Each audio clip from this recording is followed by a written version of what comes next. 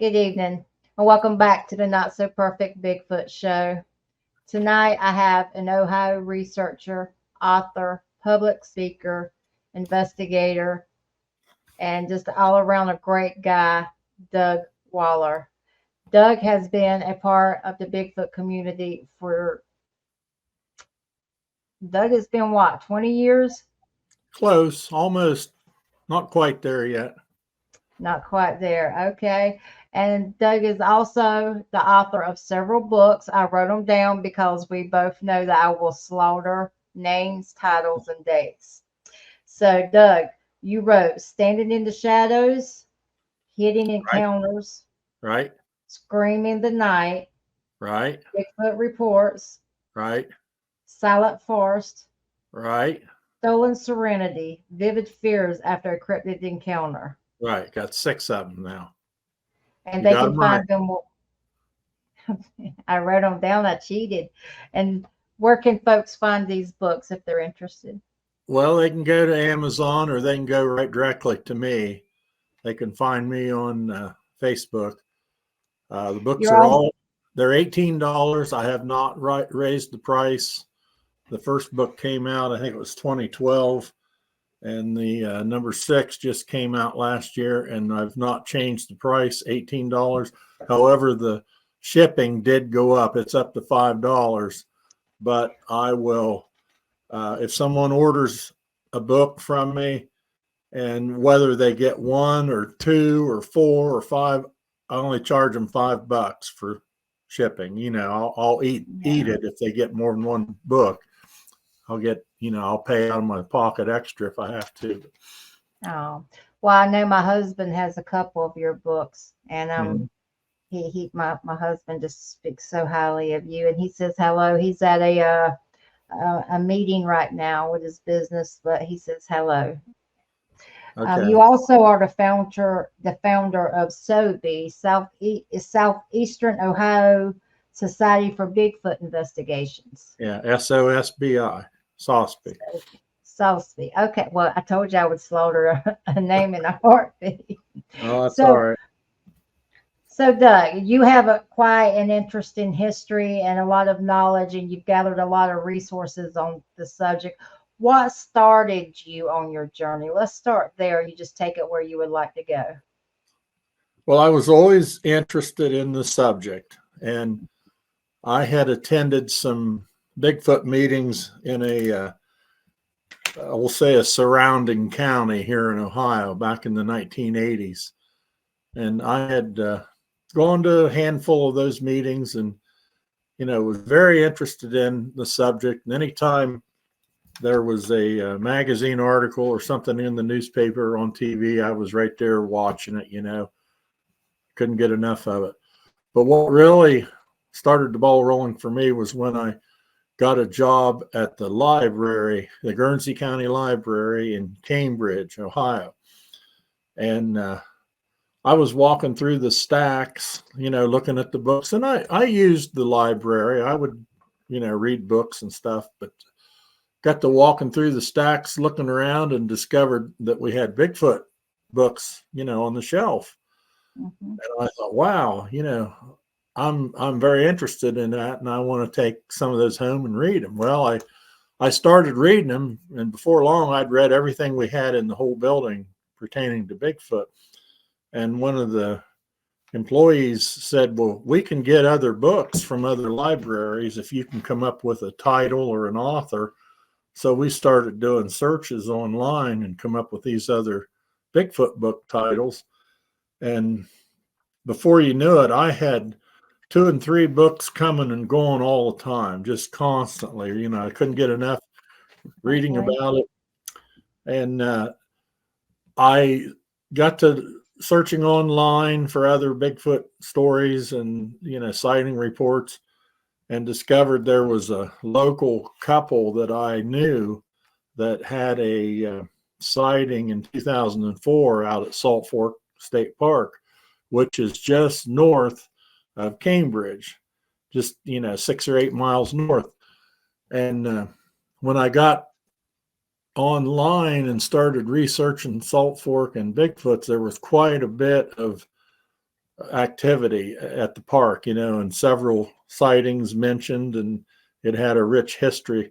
So we contacted the couple that had the sighting, and they met us out at the park and showed us where their sighting took place. And I had a coworker who still works at the library. I'm retired now. I had a coworker that was interested in it as well, and so she and I started hitting the woods every weekend, looking for tracks and any kind of evidence, and trying to find out if there were other people that had sightings that we could talk to. And one thing just led to another, and before you know it, we started our SOSBI group, and we started having meetings, and we started scheduling campouts, and I started getting these reports from people, and I would write all this stuff down. I was real particular about getting all the information, and dotting all the I's and crossing the T's, and wanting to know where it happened and what time of day it was and how many people saw it. And somebody said, well, why don't you write a book? You've learned enough already to put something in a book. So I started writing the first one, and it took maybe 5 years to get it completed. But once I got it published, I think it was 2012, it wasn't long before I had enough for a second book. And then that morphed into a third book. And like I said, I just did number 6 come out last year, and I'll probably do a 7th, because I have collected a few stories, but I haven't written a thing down yet. But chances are fairly good I will do another one. You actually found the first report in the state of Ohio. Yeah. I'm going to hold a book up here, and I'm going to kind of advertise a little bit for a fellow author. This book, if you can catch the title and the author, The Historical Bigfoot. And he is also from Ohio, but this thing is gargantuan. It's like 1,100 pages. And what he has done is he's spent probably thousands of hours online and in libraries and historical societies, going through old newspaper reports. And it's just fascinating to read through this. And I found there were reports from Guernsey County, which is where Cambridge is. And so I went up to the genealogy department and gave the girl up there the newspaper title and the date I was looking for. And wow, she found it, brought it up, and it says Wild Man, in the headline, because we didn't have the term Bigfoot or Sasquatch until much later. I think the Bigfoot term came out in the 50s when the road crew out in California started finding these tracks. And the other term, Sasquatch, I think that was coined, I can't remember now, but it was way prior to, what we're finding in these old stories, because they always said, possibly a circus train wrecked and a gorilla got loose, and that's what people were seeing. There must have been 500 gorillas running loose in the United States at one time. 500 circus trains too, because my mama told me that we seen something in the woods, and I remember her coming home, and me and my friend Richard was like, well, we seen something, it was big, and she was like, oh, well, there's a circus train that wrecked in that area. I'm like, Mama, there weren't no tracks nowhere near that area. But yeah, so anyway, I've heard that too. Yeah, I think everybody's heard the story about the circus train. Yeah, that's definitely for sure. So how do you go from someone that was sitting in a library? I know you went out to Salt Fork on that first encounter, but you have years of boots on the ground with research too. I'm not as mobile now as what I used to be due to some health issues. I can't get around like I used to be able to, but But there for the first 10 years or so, we were in the woods, practically every weekend. And we would concentrate on Guernsey County, where Salt Fork is, and Coshocton County, which is right next to it. It's had a lot of reports. And Ohio's pretty active. I think it's number 4, maybe, on the BFRO list in reported sightings. And, they always say for every sighting that's reported, there's probably 10 that go unreported. And there's probably a lot of truth in that, because I do talks at libraries. I've since I started doing talks, I'm closing in on 200 talks. Maybe I'll get there next year.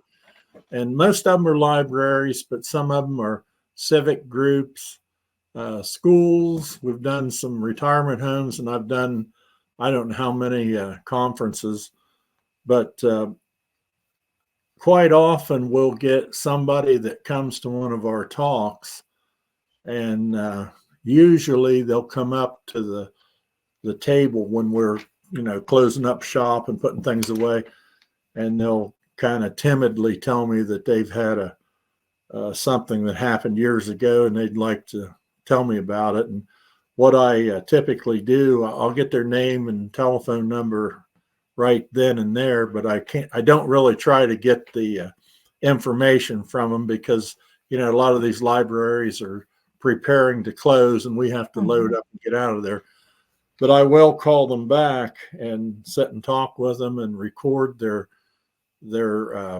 interview, and ask them if they would like for their name to be used in the story, or would they prefer to remain anonymous. And most of the people say, I don't care, you can use my name. And other ones say, no, don't use my name, have to be anonymous. And usually they say they feel better after talking about it. And I said, well, had you ever reported it? And usually they say, well, I tried to talk about it and people laughed at me and made fun of me, so I just clammed up and I didn't say anything more about it. And then when I read in the newspaper you were going to be giving a talk at the library, I thought I'd come and listen, and I feel I can trust you to, I want to get these stories, and I really don't care if they want to remain anonymous, but this is history. And it's important to get it written down, because if the witness dies and takes the story to the grave with them, the story's lost. And I'm very interested in reading. When I started reading these books, I would get one of those gazetteers. I've got a pile of them over there from different states. And I'd read the book, and it would tell the man was driving down the road on such and such a highway, and I'd find that highway on the map. And then they'd say he turned off on the second road to the right, and I'd find that second road, and the Bigfoot came out of the woods and went across the road in 3 steps from right to left, and I'd put a little sticker on my map and mark that. And then I was always tickled when I would read another story and said, I'll be darned, there's another report from just up the road, like 6 months later or 5 years prior to that. And, I was just having a wonderful time putting stickers on the book, just like a little kid with a sticker book. And I've got a map on the wall. I don't know if you can see it here, but see the pins on the map, the red and the green. Yeah. Pin. The red is actual sightings, and the green is where people have found tracks or heard vocalizations, or they found broken, twisted trees or something like that. So that's what I'm trying to do, is preserve these stories. One observation I made about you, Doug, when you were talking about put the pins on the map, get the stickers, and tracking this vehicle turning left and second road to the right. This little glimmer come in your eyes. It's almost like you come alive. I mean, it was just that obvious. You love that, don't you? Oh yeah, yeah. People.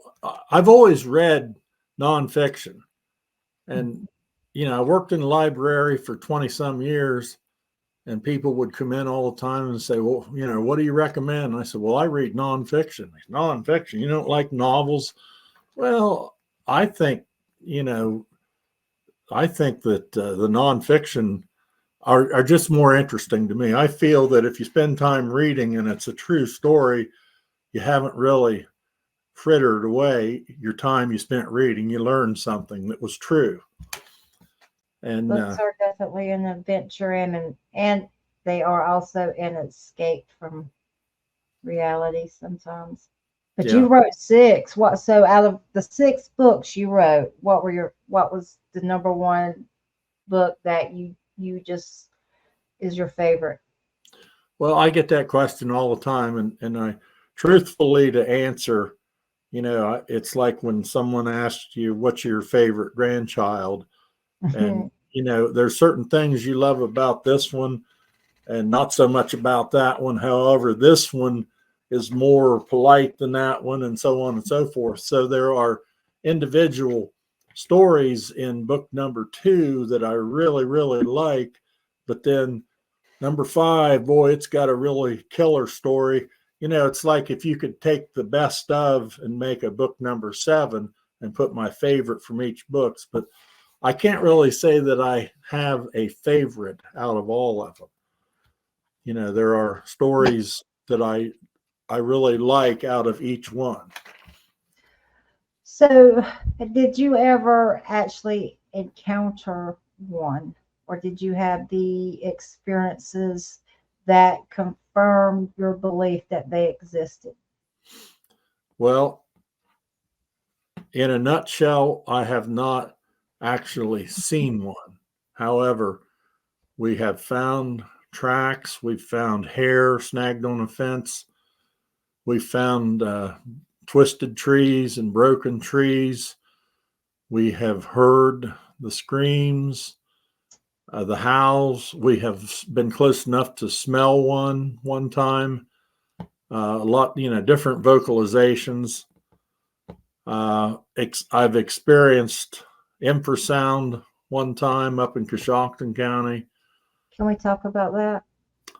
Yeah, Shauna, my research partner, and I had been investigating some old strip mine ground up there that had a history of Bigfoot activity, and I sent an email to another researcher asking him about that area, and he confirmed that yes, he had reports from that area about sightings, and we kept going up there and checking things out and looking for tracks and anything like that.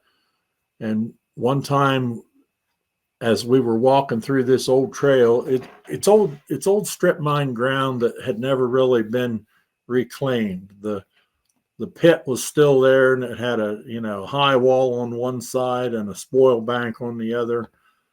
And it must have been done before the whatever deadline they put in where it had to be reclaimed, because this has never been reclaimed.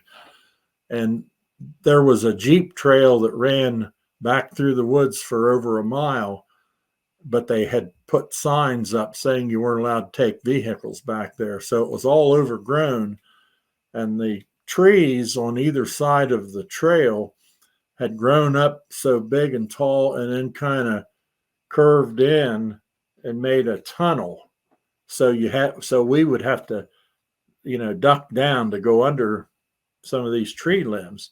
And of course, it was very muddy, full of ruts. You would have had to have 4-wheel drive to get back in there, but I don't really think you could get a full-size vehicle in there because, these trees growing up on either side. But we had been checking this area out for a while, and we went back there one day, and we were doing tree knocks, and just as soon as she hit the tree with a log, or a stick, whatever she was holding.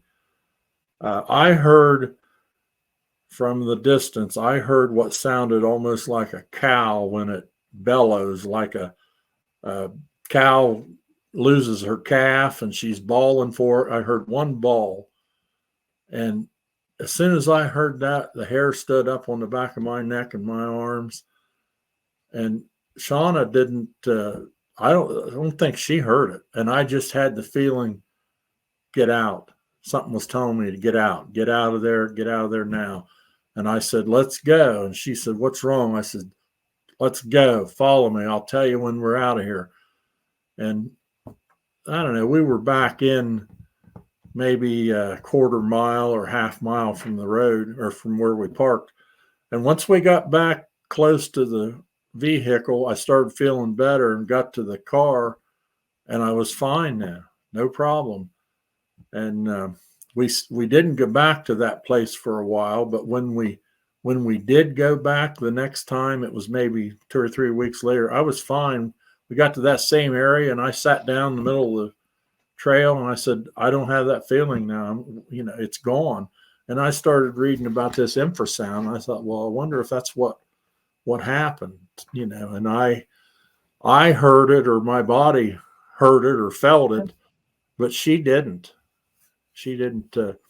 But that same area, one of the things we had experienced back there was we were walking through one time, and on that same trail, and we were about a half to three quarters of a mile back through there, and we began to smell a real putrid, stinky, like rotten egg sulfur smell.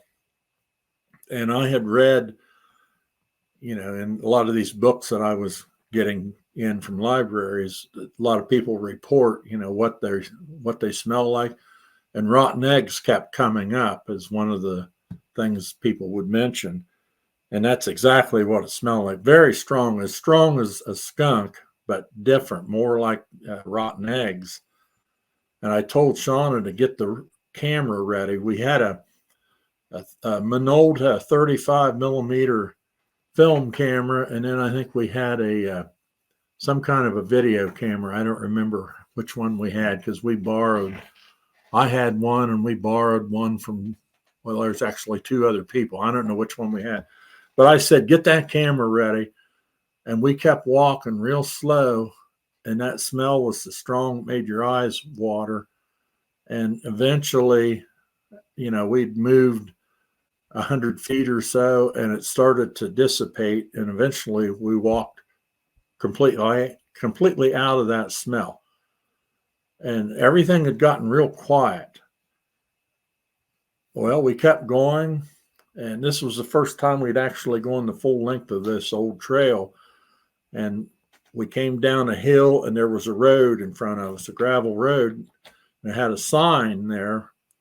Well, the sign was sideways to us, and we couldn't read what the number was. And I said, well, let's go down to the sign and see what number road that is, so we can check it on the map, because we'd never been all the way through on this trail. So we went down and looked at the sign and said, all right, now we've got to walk clear back to the car, back the same trail, which was like a mile back. So we started back, and this is maybe 20 to 30 minutes after we'd smelled that smell. But when we got to that spot, that smell was completely gone. Nothing, whatever made it wasn't there when we went back. Yes. So that just brings a question up. Silence. How many reports and people you talk to have silence in the environment before they have an encounter or an experience? And what do you think that's from? Thank you. A lot of hunters have told me that. They've been up in the tree stand, and like the day before, when they were out in the woods, there was deer everywhere, and squirrels and butterflies and insects. And then they go out the next day and walk back in the woods in the dark, and they climb up in the stand, and they wait for the sun to come up and all the animals to come alive, and start moving around, and there's nothing. It's just dead silence. It's like a vacuum. Wow. And sometimes they'll get a creepy feeling, like they're being watched. And What do you think is the most peculiar behavior that you have heard from eyewitnesses or even yourself that someone can contribute to a Bigfoot that you don't normally hear? peculiar behavior. Well, it's not peculiar, but they are very curious, especially when it comes to women and children. And a lot of people, especially people that are on the fence, or ones that don't even believe Bigfoot, they're led to believe, well, they're if they're real, they're supposed to be so elusive, and they want nothing to do with people. So why in the world would one of them walk in front of your car or come up to your house and look in the window? Yeah. How do you explain that? If they don't want to be seen, why would they come and look in your window? Well, if you've got kids and they're outside playing in the yard, and then mom calls them, said, come in, it's time to get washed up for dinner and, get your homework done. These things know the kids went in the house, or maybe they see the woman, drive home and she's been to town, got her hair fixed or something, and hey, she's kind of cute. What do you think? What do you think's more of a threat, us to them or them to us?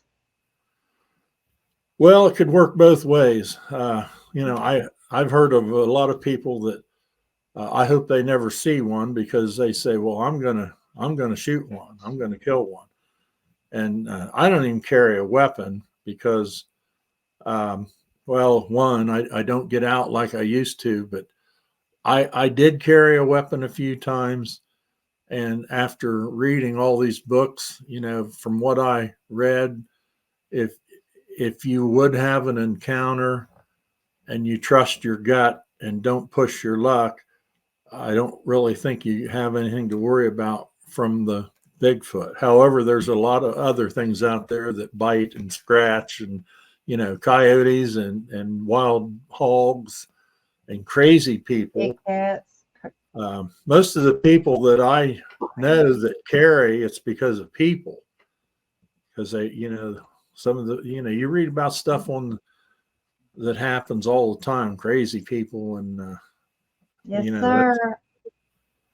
I've been out in the woods with my husband and his best friend, and I had to go tactical because those people were crazy. And they were, firing off semi-automatics and on top of a mountain, no lights, no nothing, and no, people are crazy. Most have a good heart, but you never know in the woods who's running from what. That's true. So, I'm sorry, I got us off topic with that. But do you really think that, in your experience in collecting data on them, do you think firearms would bring out aggression in them, or do you think that they have no clue what a firearm is? Well, I think they probably know what they are, and just like they can be conditioned. It's like, my cats, when I get the vacuum cleaner out, some of them don't even have to see it. They hear the wheels squeaking on the thing when I pull it out of the closet, and I hear them going out the cat door. They know what it is. But I've got one or two that don't seem to pay any attention to it. They think, well, he's never run over me. I don't chase them or anything like that. And I'll let them get out of the way, and some of them just peel off, and come in behind me, or they climb up high, and they know I won't, run over them. But the other ones, boy, they're out the door as soon as they hear the wheels squeak on the thing. And it's possible that squatches are the same way. Yeah, that's actually a good analogy you just put out there. So going back to your experiences, and because you tell everyone else's story, what are parts of your life and your story that you want to get out there and your experience. Let's talk about Doug. The stories are great that you gather, but let's talk about Doug. What's the, are you going to continue your books? Do you think you'll ever be able to get out in the field? What are the friendships like you made along the way? Because you've had a really big impact in the community, and you're very well respected. And Well, I try to never forget that it's not about Doug, it's about Bigfoot. And there's a lot of people involved with Bigfoot that really try to make it about them. I've had people come up to me and they say, "Oh, I've heard of you. You're like a rock star." I says, "No, I'm just a guy that likes Bigfoot, and I'm very interested in these stories." And when people tell me, they say, "Oh, you've got a way about writing." Well, I've read a lot of really good books, and there are different styles and everything. And maybe I learned a little bit, but it's not about Doug Waller. It's about Bigfoot. I'm like the messenger. Well, you're being humble, okay? But let's be honest. For someone to open up to you and tell their experience or encounter after they have held it in for so long, that can be life changing for a lot of people. And you have made a difference. You have made a great difference. I've had people actually cry on the phone. They were so, traumatized by their story. And I've told them, you need to talk about it. And I understand what you're saying when you tried to confide in your family or your neighbors and they laughed at you. I hear that again and again. And I say, no, you're not crazy. And if this helps at least 50% of the people that I've talked to about their sighting reports and their encounters, at least half of them were skeptics before it happened to them. So don't worry about it. If people don't want to hear what you've got to say, then just walk away from them. It's like liberals and conservatives arguing. There's no sense in wasting time arguing with some people. I do kind of get a smile on my face when somebody that's really a stickler about they could not exist, and then they see one and they have to apologize to all the people they laughed at. So, well, you bring to mind what I heard once, and I don't know who said it because my memory is just crap. But if all you can do in life is make the world better for one place, you've done something. You've done a lot of somethings, Doug. Well, Done a lot of somethings. I have, become friends with a lot of the witnesses. And like I said, I had a couple of people cry, and I've had 2 or 3 of them that actually moved away after they had their encounter. And not all of them actually saw it. One person just heard the screams, and that was enough for him. And he moved. I think he lived down in Southern Ohio in Jackson County, I think. And he moved a couple counties away into we'll say a small city, with sidewalks and steel around, because he just says, I cannot be outside, in the country anymore. I have to be in a city because I just don't feel safe. And I hope, I hope with the crime rate going the way it is, I hope he doesn't get mugged and knifed, in the he moved to. But yeah, it can be very traumatizing to encounter, but not all the stories I get are like that. Some of them are amusing. I had one old fella that he would go out and sit on his front porch with his guitar and play music at night. Mm-hmm. And he saw this thing. I don't know how he first figured out they were out there, but he got to seeing these shadows, in the darkness, in the moonlight. and it like came across the road and was hunkered down in the bushes real close to his porch. And he said after a while, he felt no fear. It was like the creature was conveying to him, "Oh, I like that. I'm not going to hurt you." And it would kind of sway back and forth to the music. And I said, "Well, that's wonderful. You made a friend." I said, "What kind of music did you play?" He said, "Well, I had an acoustic guitar, and I'd play ballads." And I said, "Just don't ever switch to headbang or heavy metal music." No. I appreciate that. So no, it liked what he played. Wow. So, and then there was a story of a young girl about 6 years old that was riding on the back of an ATV that her father was operating back in the woods. Mm-hmm. And this had to be a Bigfoot. It ended up chasing the vehicle, chasing them through the woods. Oh. And she was hanging on, and it was just a little bit behind them and off to one side. And I think from what I've read, some of them make a game of that. They could easily overtake you, but they just kind of, chase you around because they're making a game of it. And her dad never looked around, but she did. And she was giggling because they were going fast. He thought she was having fun. Well, the father must have known because he took off, and then they got out of there, and she said he never took her back there again and rode. And I said, "Well, what did you think it was?" She says, "I thought it was the Easter Bunny because I was a little kid and I never saw anything that big and fuzzy except the Easter Bunny at school or the library. And that's what I thought it was."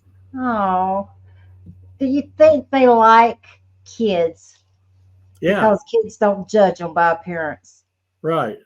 And some of the kids that are in the bed or in the house watching TV, I mean, yeah, some of them are terrorized and traumatized when they see something looking in, and other ones aren't. It's like, "Oh, my friend's back. It's smiling at me."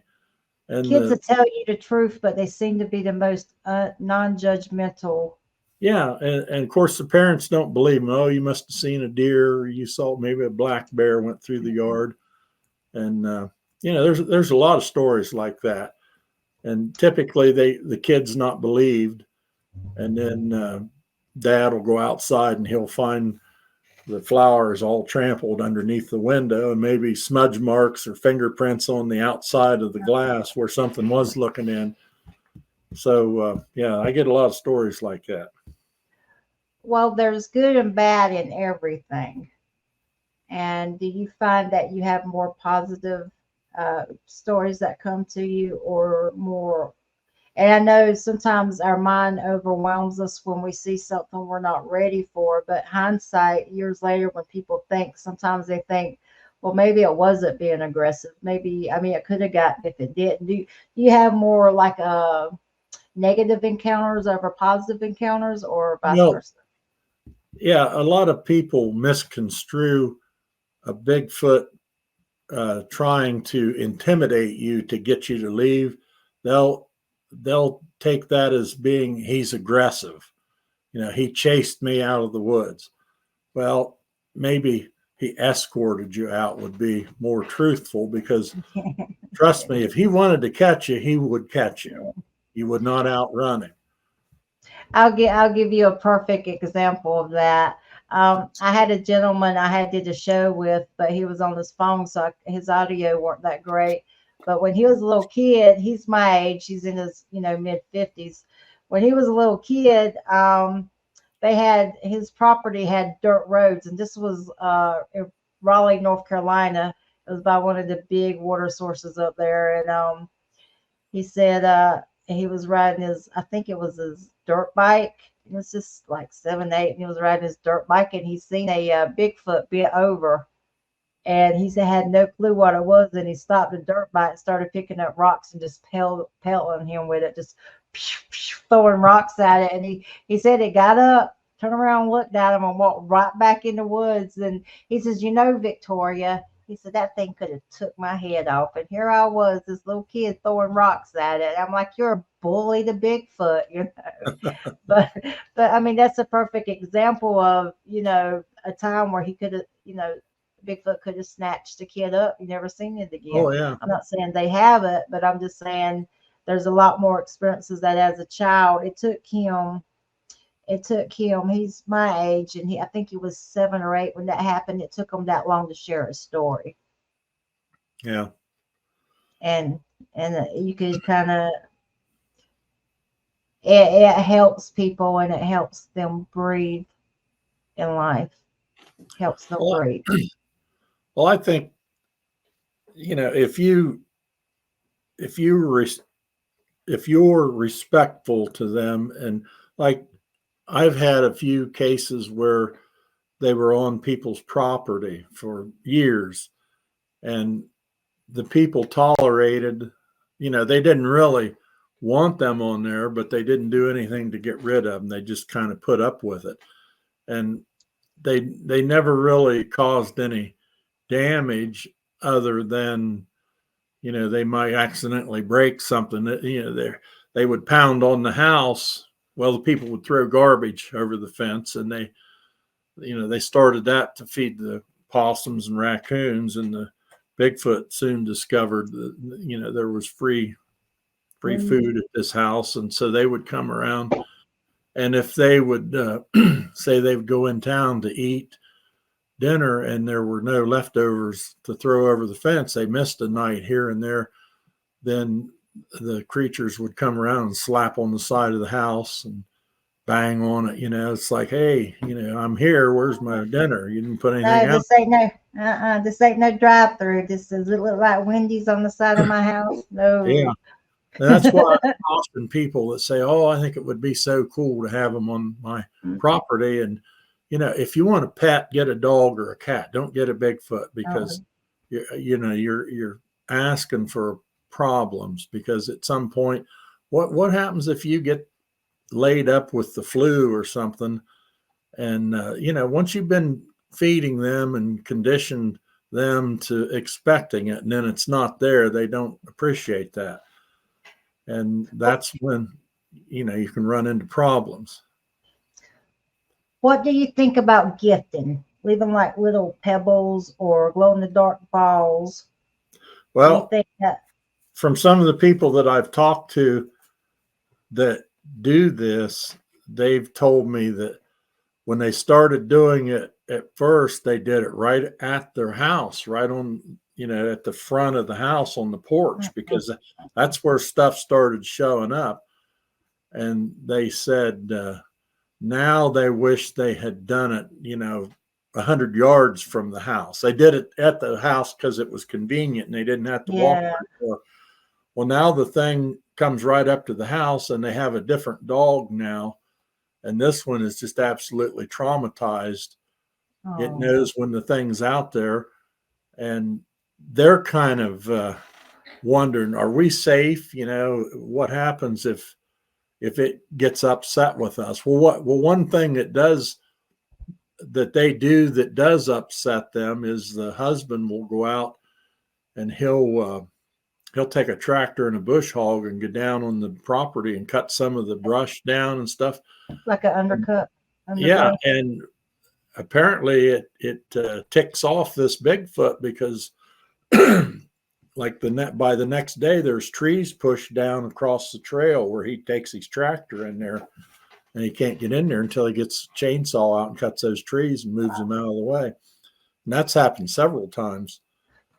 I'm sorry, if my dog was traumatized, I'd bring my dog inside with me. I don't know their circumstances, but I mean, poor dog didn't ask to be in that situation. Can you imagine Fido over there looking up at something 7, 8, 9 foot tall? Oh, yeah. So let me ask.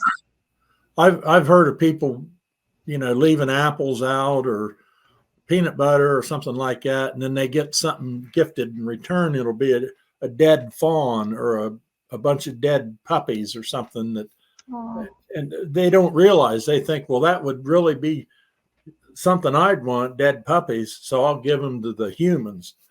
And, you know, that's why I'm very I would never start anything like that.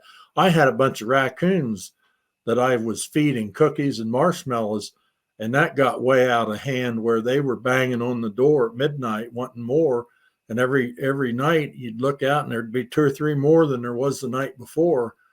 And, you know, I created it. It was all my doing. And I had a heck of a time getting that cleaned up. They came in the cat door and got into a big bag of cat food, made a big mess in the kitchen. I had to plug up the cat door. So I would never start something like that. Let me tell you about a cat door. I had a possum that followed my cat Bud Muffin through the cat door. And she come through that cat door. She stayed with me at the house for 3 years, and I named her Big Bertha. And Big Bertha would try to escape. My cat Bud Muffin he would hurt her right back in the house. But yeah, she used the litter box, and I bathed her, and she come and she just stayed about 3 years. And I remember sitting in a recliner and like, well, seeing Bud Muffin come in for the night. Then I seen this possum just waller across the living room, and I was like, that's a possum. Okay. I was like, that's cool. Yeah, she was pretty cool. True story. Anyway. I have some that come around every night and they eat sunflower seeds and stuff. And there's one of them that's almost tame. It doesn't run when I throw peanuts out, you know, in the shells. And they just love those. And I named this one possum. I call her Blossom because she doesn't run away. She knows, you know, I'm going to get peanuts and throw them out there. So she's here every night too. Yeah, well, I love my Big Bertha now. I was just, you know, I paid for my own house. I lived by myself at the time. I'm like, she ain't hurt nothing. And I don't know if she was somebody's pet or she just decided she just wanted to chill with me for 3 years. But she went out the door one day and never come back. Anyway, we'll get back to some Bigfoot talk. So what do you think the people experience more? Do you think they is the growls that draw them or kind of throw up a flag, or do you think it's just animals being killed on their property, or what are the first signs that the people you have spoken with and have shared their experiences that they may have a Bigfoot on property or passing through? They'll hear noises. One woman, she thought she was hearing a siren. You know, I think they do it on the first Wednesday of every month. They blow this tornado siren. And she couldn't figure out why she was hearing that one Sunday night. And there were no storms. You know, it was nice weather. And she thought, well, it's not a real tornado because it's beautiful outside. And it's not Wednesday and it's not 12 noon. You know, it's Sunday night at 7 o'clock. And here it was, if you've ever heard the Ohio howl. Yes. It you know, it's far off, a long wailing noise. And it does kind of sound like a siren. And that's what she was hearing. And when we go do our library talks, we'll often play some of these audio files, you know, the Ohio howl and the whoops and the tree knocks and Sierra sounds. And oftentimes people will say, yeah, we've heard that at night around our house. And then some of them will actually say, well, they caught a glimpse of something, or the animals started acting up, or they found tracks, or, you know, and yeah. Do you think that there is a relation from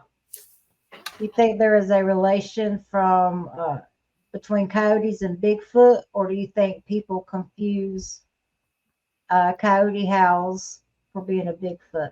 I mean, do you think there's I've heard a lot of recordings, and you know, sometimes there does seem to be one it's a little bit different and maybe louder, and like once that one will start up, then the coyotes will get quiet.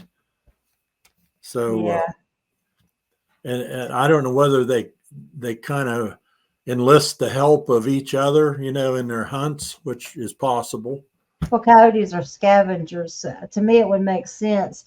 Do What do you think about the owls? Do you think they mimic owls? Oh, I think they mimic anything. Uh, People too. People, all kinds of different animals. I know, and Yetis will do the same thing. I was reading a book. Well, I've got a copy of it. It's up there on my shelf somewhere. But there was a story in this book about somebody being real close to a Yeti. There was a ravine in between the man and the Yeti, and it was, across this valley, and he could see it, and it was making these different noises. And it was something like 11 different animals that it would mimic as he Wow. watched it.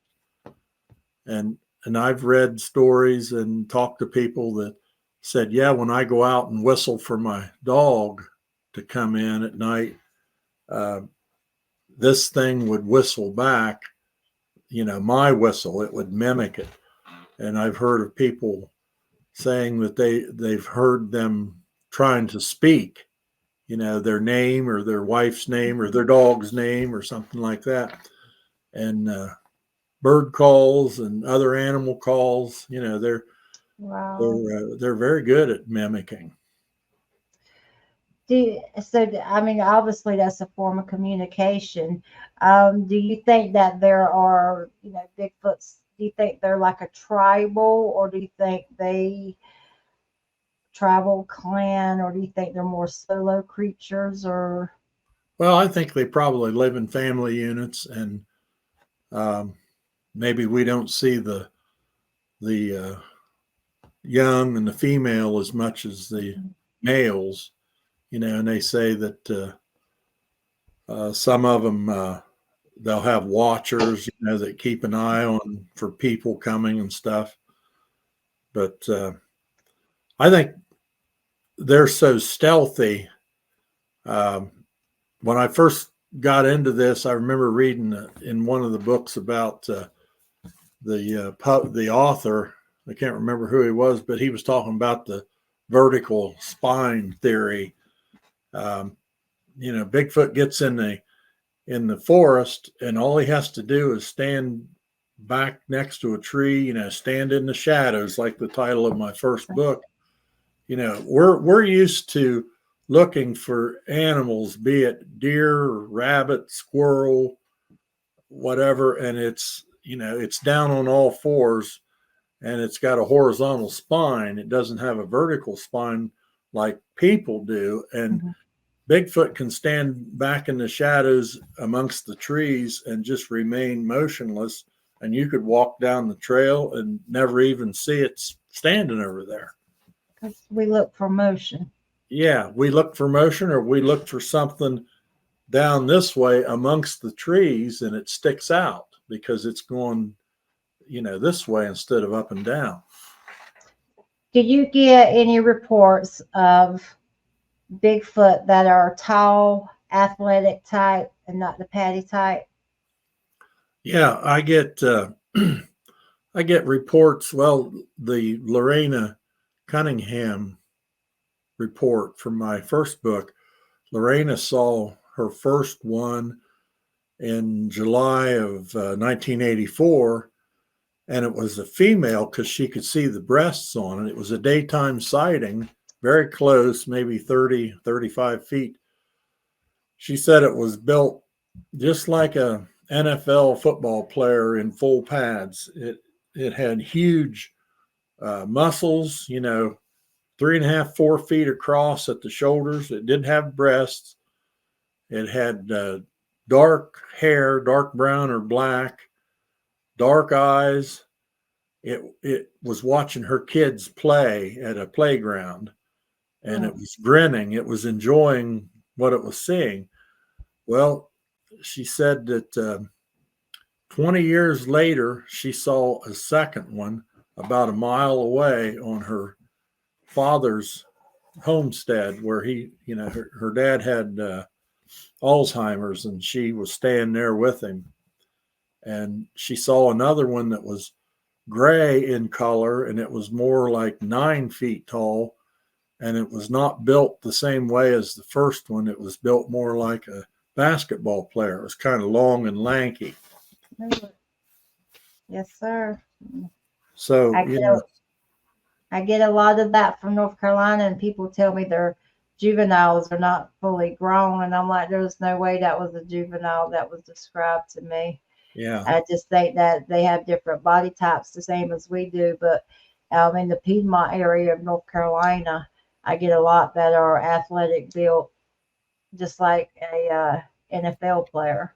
Now, do you get reports of their facial features resembling an ape, gorilla, or is more of a caveman, Neanderthal man? The reports that I got, I always get the reports that they look like a man in a ghillie suit. Okay. That's what I get. I get more into the stories instead of, kind of horning in on the details of the subject. Because I think sometimes people think they're being questioned and it makes them feel really nervous, especially when you're someone that was reluctant to talk to you to start with. You ever get any reports of white ones? I haven't gotten, me personally, I've not gotten reports of a white one, but I know someone that got a report, actually had an experience with a white one in Uwharrie. And he'll be coming on the show soon. Whether he'll talk about it or not, I don't know. Yeah, I've had a few. It's mostly black or dark brown. A lot of times, leather type skin.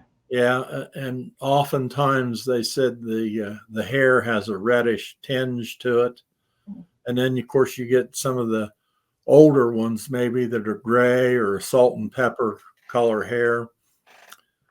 But yeah, and believe it or not, we get people that come to the library talks that are apparently it's the first they've ever actually sat and listened. And they've never read anything because a lot of people think there's one Bigfoot, and and they'll say we've got Bigfoot in Ohio. Says there's all these reports. Said, well, geez, I just saw something on TV. It wasn't any more than 2 weeks ago, and it was in Oregon. So I said, well, there's more than one.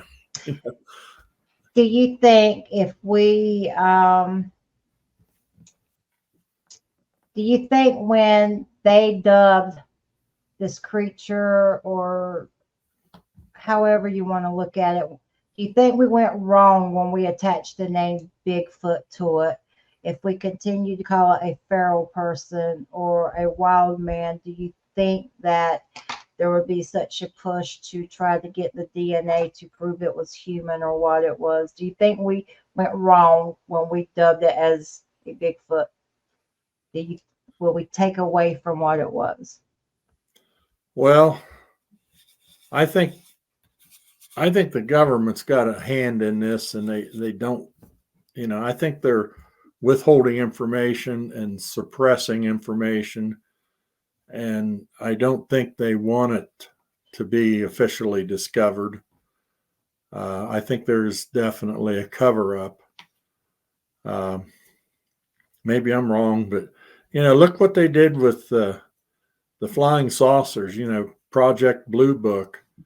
They tried to explain everything away as being swamp gas and weather balloons and this and that. And now, every time you watch something on the news, there's another jet pilot, Navy pilot, or, that's seen these Tic Tacs, and I think they call them UABs now, or UAV, I guess it is. But I don't. They have actually canceled out some pilots' careers for coming forth on that. Just pure harassment. It's been terrible. So, okay, so let's get back to something more lighthearted, because that really bothers me what they do to people.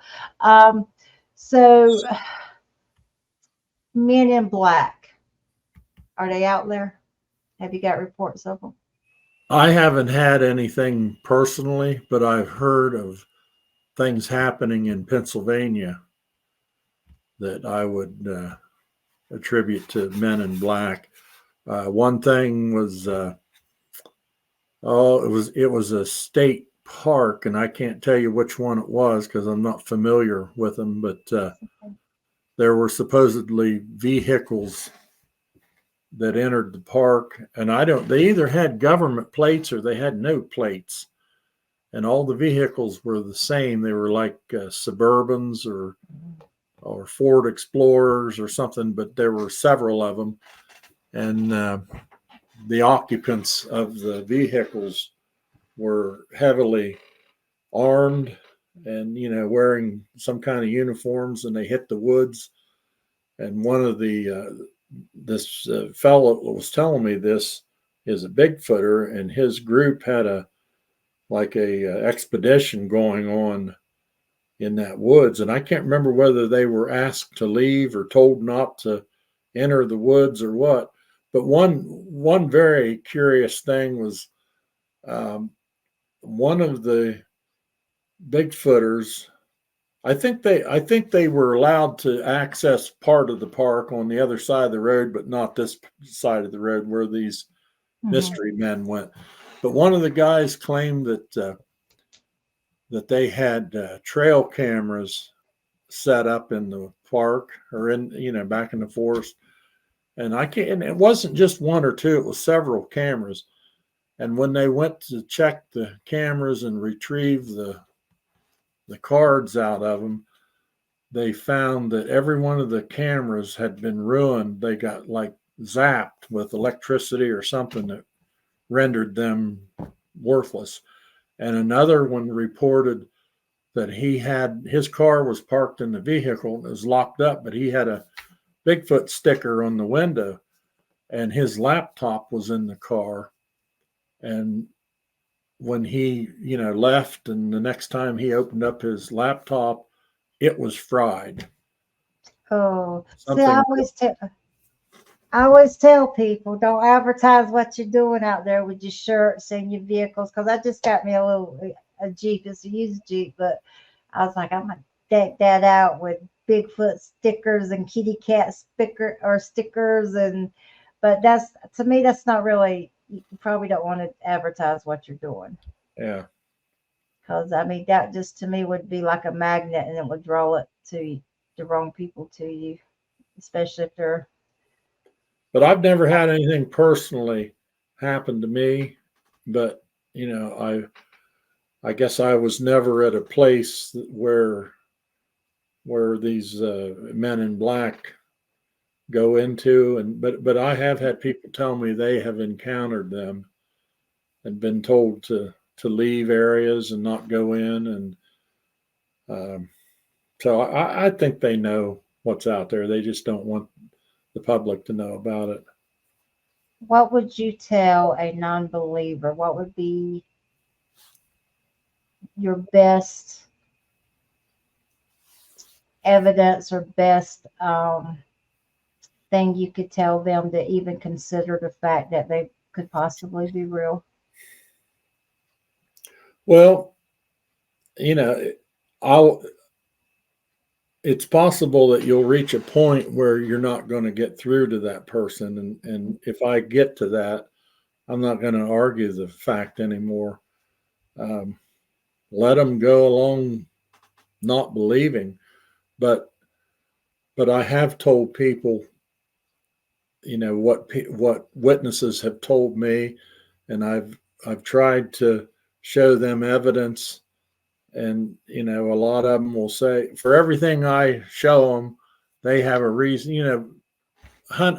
These old men will say, well, I've hunted out in those woods for 55 years, hunted deer and rabbits and grouse and squirrel, and I have never seen a thing like you're saying that somebody saw down in there. And I said, well, then, so what you're telling me, just because you have not seen one, means it's not possible for there to be one. Somebody else couldn't see one. So, well, I never saw it. And I said, well, what about the lottery? I don't play it all the time, but I've bought quite a few tickets over the years, and I've never won the damn thing, but other people do. Mm-hmm.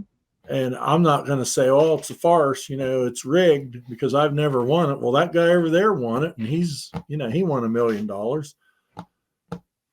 Do you think truck drivers or hunters see the most Sasquatch? Well, I don't know. I get reports from both. I've had I think my last book has well, the last two books. There's 4 or 5 stories in there from truckers, and one guy, he saw one while he was driving an 18-wheeler right up through Guernsey County at night in right where Salt Fork, the dam, right real close to where Salt Fork Dam is. This thing crossed the interstate, northbound, the median, and southbound, all lanes. And when I took his report, I was asking him all these questions, and he said, and the funny thing is, he said, that's not the first time that's happened. I saw one down in Texas years ago too. Same thing, it come out of the woods and tried to cross the road in front of his semi. So I don't know. It's like some people, my first book, I called them Bigfoot magnets because they've had multiple sightings. And then, like me, I've never seen one, but I've driven out to Salt Fork. I can't tell you how many times, probably hundreds of times by this point in time.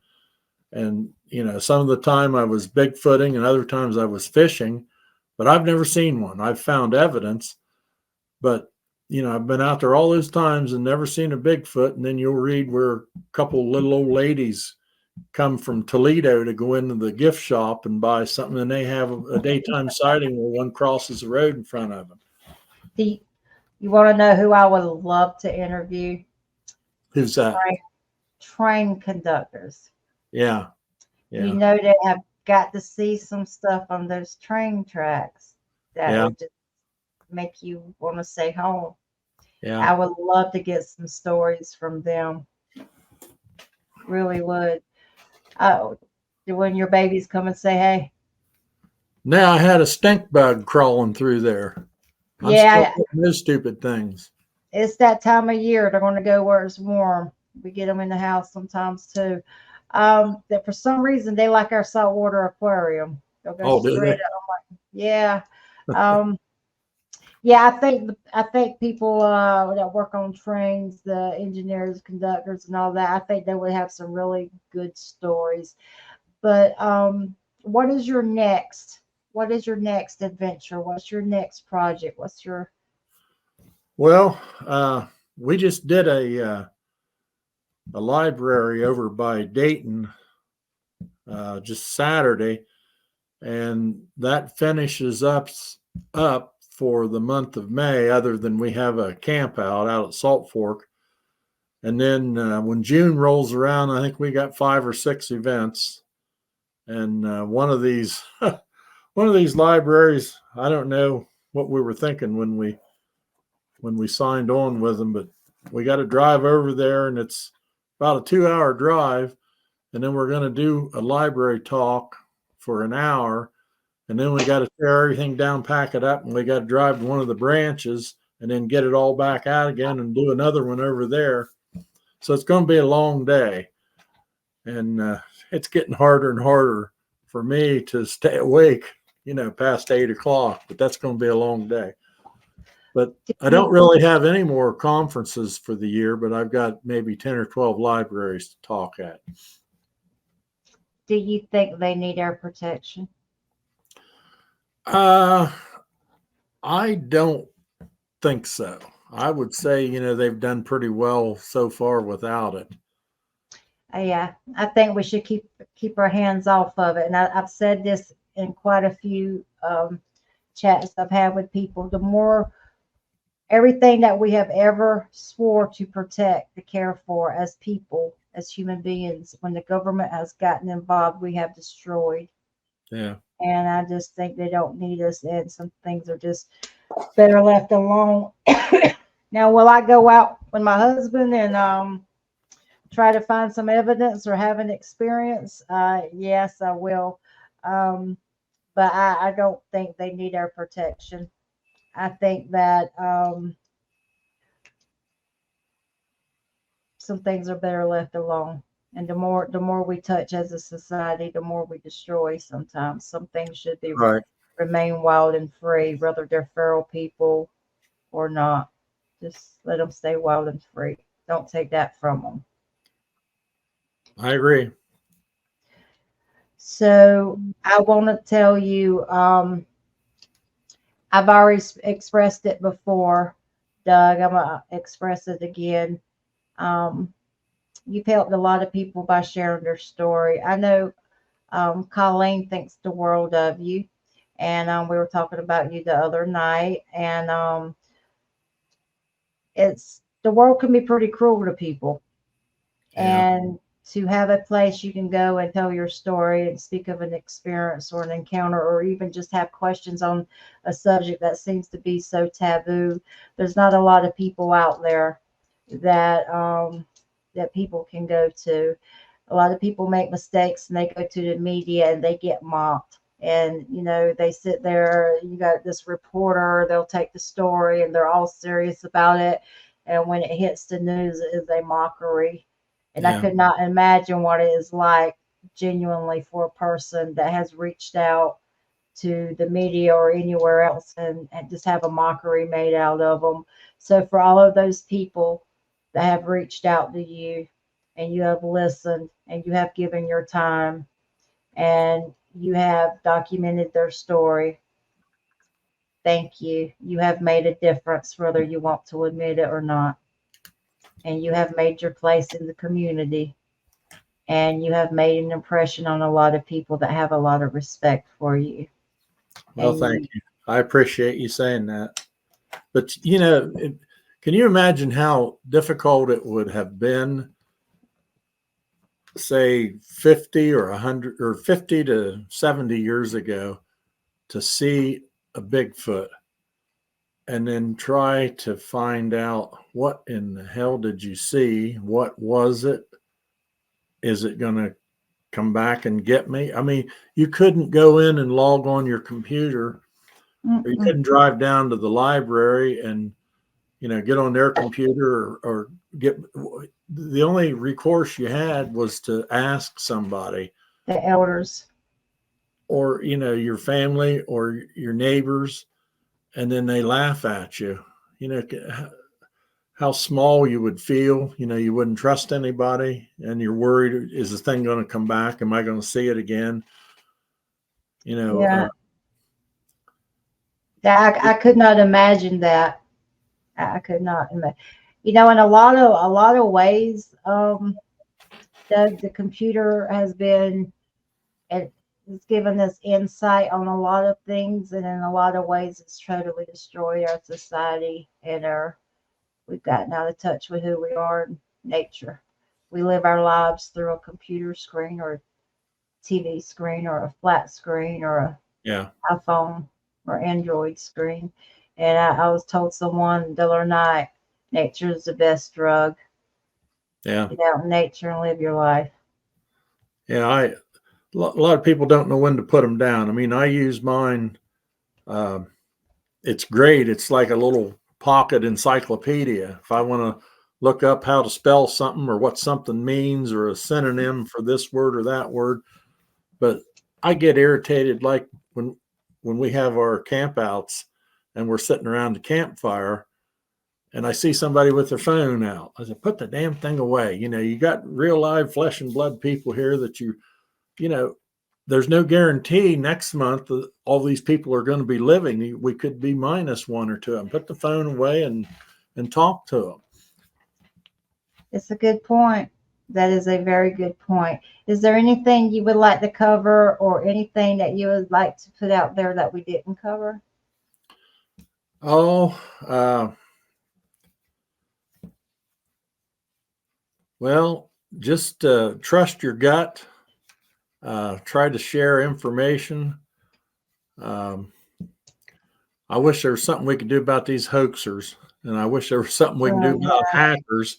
My page got hacked, and our SOSBI page got hacked, and I know a lot of people who lost their page got hacked. I had like 3,000 friends on Facebook, Mm, and got hacked and had to start over from scratch, and I've got, I don't know, maybe 300 or 400 now. And a lot of them that I lost, I'm trying to send them new requests, and they think the new one is a fake, and so they don't respond to it. So I think was Mark Hartman was telling me his page got hacked too. So I mean, apparently it's just everywhere. well, there's a lot of them that got hit, and I don't know what people see in doing that. Well, I'm glad I ain't popular then, because mine probably would have been right there with you. But I'm sorry that happened to you. Any advice for a new researcher? Read everything you can get your hands on.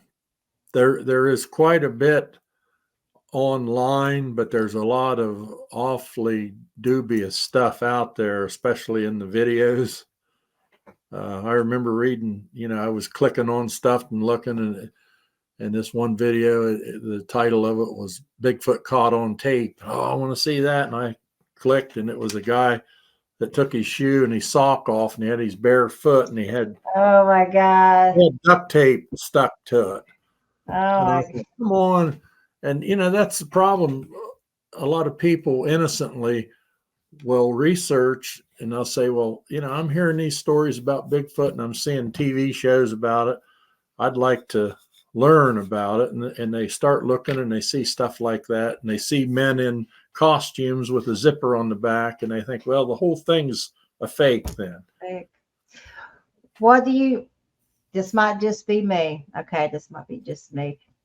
My pet peeve, I know I'm going to get some hateful comments, but it's okay. It won't be the first time. My pet peeve is it seems like when you're out there in a group and you have someone that just had an encounter and they are trying so hard to reach a reputable person, and they always send them to the person or people that are thinks they're, what was that boy group, NSYNC, or or B, they send them to a researcher that literally has a UFO experience or a Bigfoot experience literally every day, and you see tons and tons of posts every day, and people just automatically send them straight to them, and you're like, oh my God, don't do it. And they do it, and it's like a new researcher is just destroyed because you have no idea what the, and which I'm sorry if I upset anyone, but it just seems to be that is always the person everybody pushes them to, and in the back you're saying, don't do it. You do not see a Bigfoot every day. You do not have UFOs landing on the top of your mobile home. Don't do it. It's because you can go out for, you have went out for how many years and literally didn't like, I admit you've probably been around one, it sounds like, but you didn't lay I haven't. I had one guy that got upset because I didn't put his story in my last book. I'm not going to mention any names or anything, but he met me and told me he'd seen Bigfoot, and I got his phone number and his name, and I think I met him at one of the camp outs. I don't know if it was our camp out or one of the other groups, but when I got him on the phone and started talking to him, this guy claimed to have been over at Salt Fork camping out one weekend, and he saw something like 5 or 6 Bigfoots that weekend in different parts of the park, and almost hit one with his car when he was driving home. And I'm thinking, this guy's had more action than a $10 hooker during Fleet Week. And I've been coming out here for 18 or 19 years, and I haven't seen a Bigfoot, and he sees 5 or 6 of them on one weekend and almost hits one with the car. And so I didn't put his story in the book. And then he started getting a hold of me, and he says, "Is your book out?" And I said, "Yeah, I'm waiting on them. They're printed and they're coming." He says, "My story in there." And I thought, well, I could lie to him and say the editor took it out, but no, they're self-published. I'm the editor. If I want it in there, it's in there. And if I don't want it in there, it's not going in there. And I thought, I can't put that in there. People are going to say, Doug, how can you put that in there? This guy sees 5 or 6 of them. So I didn't put it in there. Well, he got mad. He says, no, I've already told everybody that my story is going to be in your book, and now it's not going to be in there, and they're going to think I'm a liar. And I think, well, I wonder why. Why would they think? Oh, I see. That's what Kitty. She likes to crash the show. So I'm gonna get my spray bottle. I'm sorry. When I interview people, I've geared my show more toward. She saw the spray bottle. I gear my show more toward researchers, because researchers have been given such a bad name. And I'm not going to say the show name, but it's like every other show. He was like, yeah, I hate researchers, blah, blah, blah. And I'm like, that researchers have just gotten a bad rap, but many of them are really hard, honest people. And it's kind of hard to call someone a quack when you see them talking back and forth like you and I are doing now.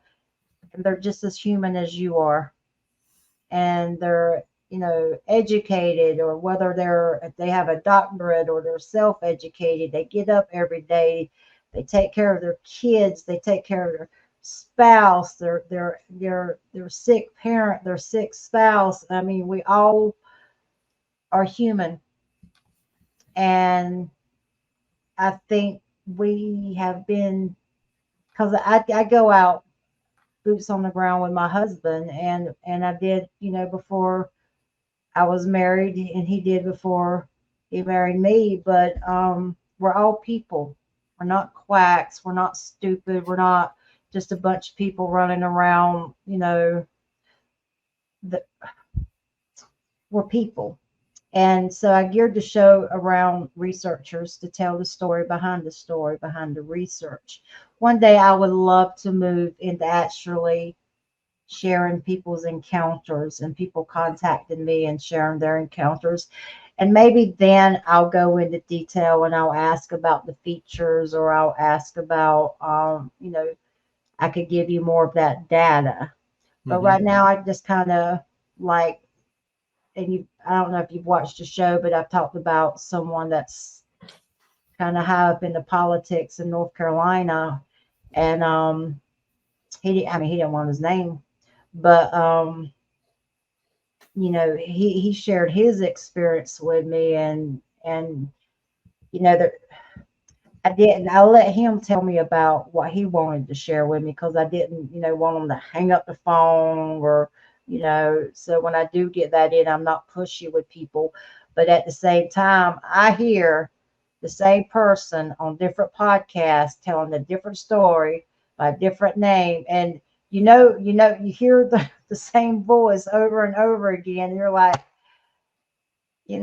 so I mean, it's kind of hard to weed out. But one day I'll be able to, maybe people reach out and want to share their encounters, and I can, pass that information, more of the physical traits to you. I have no problem doing that. I also have no problem referring people to you.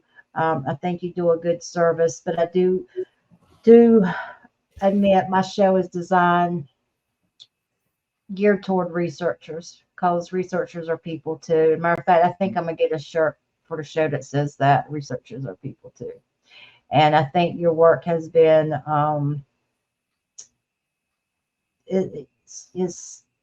you've made your own footprint in the Bigfoot world, and those are some big shoes to fill, sir. Well, thank you. Well, you're welcome. At the end of every show, I try to give someone a moment to pay tribute to anyone. Is there someone you like to pay tribute to? Oh, well, I'll pay tribute to Bigfoot, because he's a fascinating creature. The more we learn about him, the more we know that we got a hell of a lot more to learn. We don't really know what these things are. I don't. All I can say is although I haven't seen one, I believe I have not experienced, an actual visual sighting, but I'm fairly certain there is such a thing as Bigfoot creatures, or there are these creatures.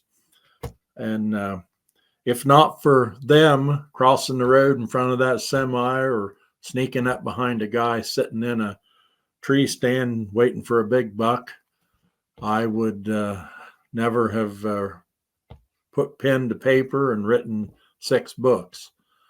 And when I pass on, I don't have any children, so I guess that'll be my legacy, the stories of Bigfoot sightings that I preserved in my books. Well, I think you're pretty awesome, and you'll always be a part of the community, but you're still here, so there's still time to see the big guy. Is that one of your babies? One of my babies came in. This is What's he doing, Mau? Pepper. She wants down. She's not one of them you typically pick up. That's okay. I have that effect on everything. Well, Doug, let's go over your books again. You can get them on Amazon. They can contact you Facebook, Doug Waller. Right. Can they get them Now, on the SOSBI? The correct Facebook page is me holding a cat, because my old page that I got hacked, I think it's still on there. I've complained to Facebook about it being, bogus, and it's still on there. They've never taken it off. So the picture of me holding a cat is the correct one.